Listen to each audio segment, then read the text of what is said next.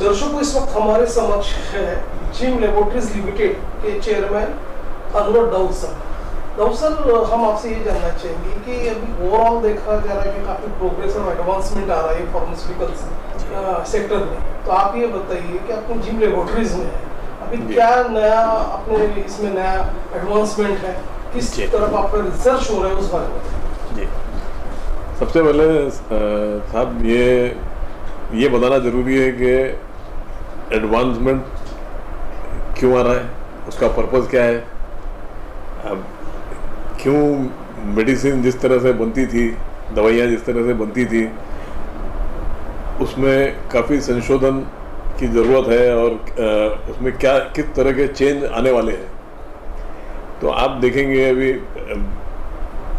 भारत जैसा देश, हमारा इंडिया जो है, तो उसका पॉपुलेशन आज नंबर 1 पर highest populated country in the world है।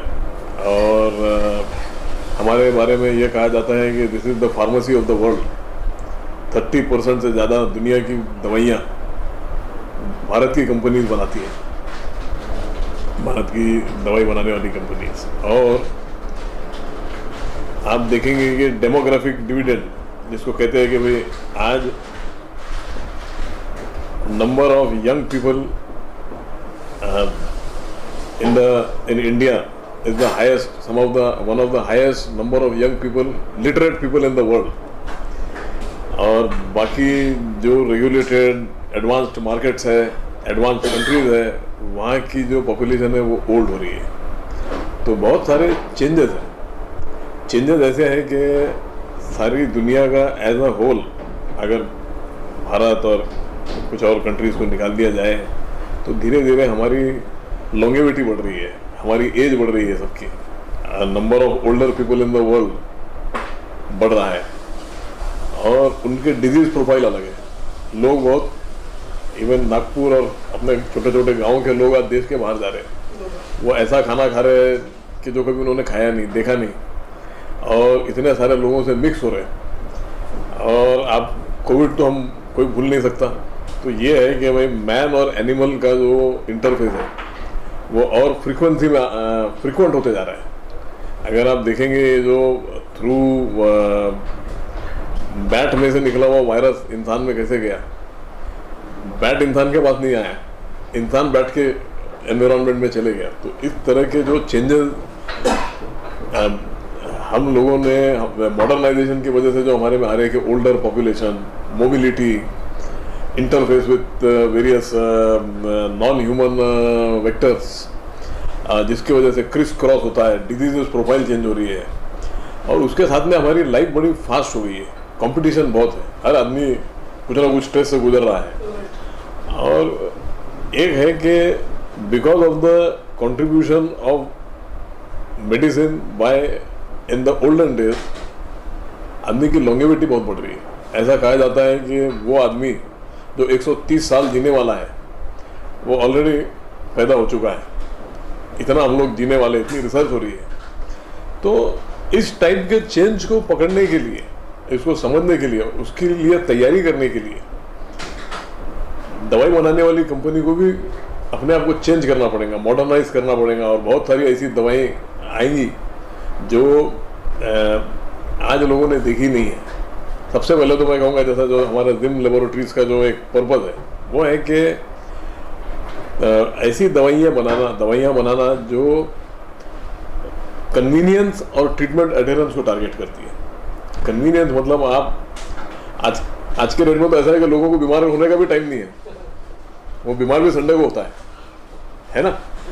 तो क्योंकि सब बिजी है, बहुत बिजी है, तो ऐसी दवाइयाँ, जो एग्जिस्टिंग दवाइयाँ हैं, उनको ऐसा एक रूप देना ज़रूरी है कि जो आदमी कन्वीनियंटली ले सके, चलते चलते ले सके, फ्लाइट में बैठे बैठे ले सके।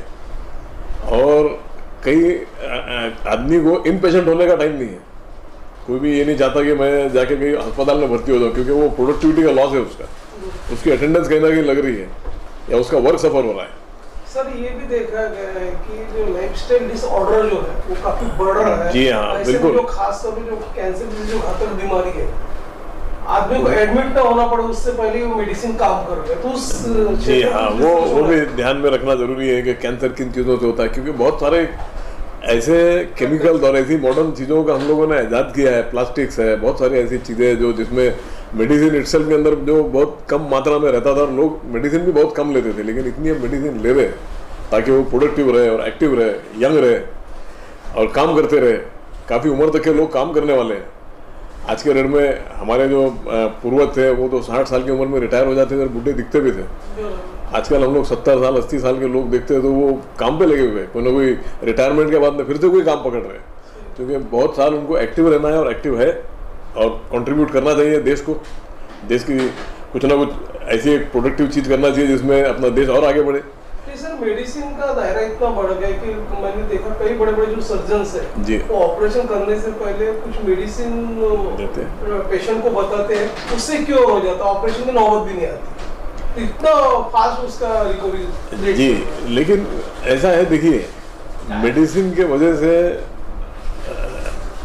अब जैसा देखिए 1947 में इंडिपेंडेंस के वक्त इंसान की एवरेज उम्र थी 47 ईयर्स। आज है 78 ईयर्स एवरेज। ये बहुत बड़ा लीप है और हो सकता है कि उस वक्त कैंसर तो एक एजिंग की बीमारी है। कंट्रोल जो आपके अंदर के जो सेल्स है या जो आपकी जो एक रेमेडियल वो है, रिपेयर एंड मेंटेनेंस की जो एक प्रक्रिया है कि आदमी को लगता है तो वो आउट ऑफ कंट्रोल जब चले जाती है तो ओवर प्रोड्यूस करती है सेल्स, उससे आदमी का घात हो जाता है। तो 1947 में जो आदमी 47 साल की उम्र में जिसकी डेथ हो गई, हो सकता है कि वो 60 साल जीता तो उसको कैंसर हो जाता, या 80 साल में उसको कैंसर हो जाता। तो कैंसर तो इंसान के साथ है और ये एजिंग का एक ये कह सकते हैं कि एक एजिंग के प्रोग्राम का वायरस है कि ज़्यादा जैसी जैसी एजिंग होती है, जैसा कंप्यूटर पुराना होता है तो उसमें कोई माल फंक्शन आ जाता है, स्लो हो जाता है, उसका वो अपने आप को रिपेयर नहीं कर सकता प्रोग्राम सॉफ्टवेयर, उस तरह से इंसान के भी अंदर एक प्रोग्रामिंग है डीएनए की। वो जैसे जैसे कुछ उसकी उम्र बढ़ते जाती है तो उसमें कुछ माल फंक्शन आता है, वो कैंसर है। तो एक तो ये है कि भाई research on ageing and being young, जो आपको मैंने बताया कि लोग 130 साल तक के भी जी सकते हैं, ऐसा अब सोचा जाने लगा है। और कोई ये नई बात नहीं बता रहा हूँ मैं कि हमारे भी जैसा हमारी जो पुरानी पुरातन की जो कहानियाँ हैं, महाभारत में जैसा भीष्म पितामह है, वो कितना साल जिए थे, 200-250 साल जिए थे। हाँ, वो तो जो पांडव थे उनके तो मेरे ख्याल से चौथे या पांचवें लाइन में, मतलब उनके वो थे, उनकी उन्होंने सेवा की। नहीं सर, ये तो देखो कि तो ये आदमी जी सकता है। तो अब जिन क्या कर रहा है आपको बता रहा हूँ, जैसा कि जिन ये सोच रहा है कि modern medicine and modern delivery system for the modern man, और हम कन्वीनियंस और ट्रीटमेंट एडहेरेंस को टारगेट कर रहे हैं। जैसे कि जो मेडिसिन आज मिल रही है, क्या उसको छोटा कर सकते हैं ताकि वो उसके फॉलो करना है तो वो कर सके, या अगर आदमी बेड पर है तो बेड पर रहते हुए क्या वो कोई मेडिसिन ले सकता है? बिना पानी के ले सकते हो क्या? क्योंकि आप अगर मूव कर रहे हो, आप वॉक कर रहे हो, मूव कर रहे हो, प्लेन में हो, तो आप कैसे मेडिसिन लोगे? जहाँ पर पानी नहीं है वो कैसे लोगे? क्या आप इंजेक्शन के बिना मेडिसिन ले सकते हो? जो मेडिसिन आज इंजेक्शन में मिलती है तो आपको इंजेक्शन वाला कोई मिलेगा नहीं देने वाला। तो हम इस टाइप की मेडिसिन बना रहे हैं कि which will make it very convenient, और कन्वीनियंट रहता है तो आदमी के भूलने के चांस कम हो जाते हैं। और ट्रीटमेंट नॉन एडहेरेंस का ऐसा कहा गया है कि कुछ कुछ देशों में जो आदमी आधी मेडिसिन लेता, आधा कोर्स लेता, बीच में भूल जाता, फिर से रिपीट करना पड़ता, ये जो कॉस्ट है it is about 20 to 30% of the health care cost. तो ये एक जो देश के टैक्स पेयर का जो पैसा लोगों को ट्रीटमेंट में जाता है उसको बचाने का एक प्रयास हम लोग कर रहे हैं कि भाई अगर कन्वीनियंटली देंगे तो जो पेशेंट है पूरा कोर्स कंप्लीट करेगा, कहीं पर भी रहे वो 24 घंटे उसके बाद मेडिसिन रहेंगी, पानी रहे ना रहे, वो सोया हुआ है या खड़ा है या चल रहा है, वो ले सके। इंजेक्टेबल जो बहुत सारे मेडिसिन है वो आपको केयर गिवर के बिना आप ले नहीं सकते, उसके लिए ट्रेनिंग लेना पड़ता है। तो ऐसे बहुत सारे मेडिसिन हैं कि जो इंजेक्टेबल फॉर्म में है, हम चाह रहे हैं कि वो टैबलेट या कैप्सूल या कोई लिक्विड के फॉर्म में हम दे सके, ताकि और उस पर हमारा रिसर्च चल रहा है कि उस टाइप की मेडिसिन अगर हम एक कॉमन आदमी को, कॉमन मेडिसिन लेकिन वो इंजेक्शन के थ्रू देना पड़ता है, उसको अगर हम टैबलेट या कैप्सूल में कर दें तो किसी डॉक्टर के या नर्स के पास जाने की उसको ज़रूरत नहीं पड़ेगी, वो अपने काम करते हुए कन्वीनियंटली ले सके।